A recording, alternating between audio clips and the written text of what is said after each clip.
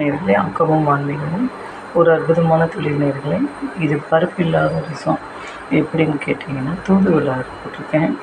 தூதுவளை இல்லாட்டினாலும் ப்ளைனாக எப்படின்னு கேட்க, ஒரு ஸ்பூன் தனியா, ஒரு ஸ்பூன் துவரம்பருப்பு, அரை ஸ்பூன் மிளகு சீரகம் போட்டுக்கோங்க. ட்ரையாக பொடி பண்ணிக்க. நான் மெஷர்மெண்ட் வந்து நிறைய ஸ்டோர் பண்ணி வைக்கிறதுக்கு நான் ரெசிபி சொல்லியிருக்கேன்.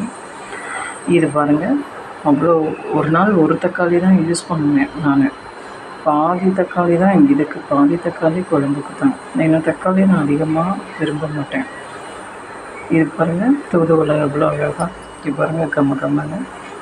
இந்த பொடி நல்லா போட்டுருவேன், புளியை கரைச்சி விட்ருவேன், தூதுவளையும் போட்டுருவேன், பொங்கி வந்து தாளிப்பு போட்டுருவேன். இதுபடி நீங்கள் செஞ்சு பாருங்கள். நெய் அரை ஸ்பூன் விடுங்க, சூப்பராக இருக்கும்.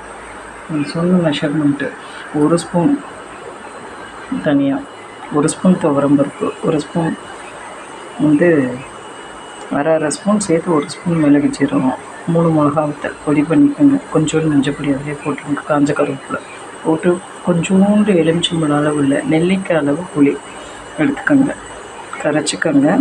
கரைச்சிட்டு அழகாக வச்சு பாருங்கள். தூதுவளை ரசம் சூப்பராக இருக்கும்.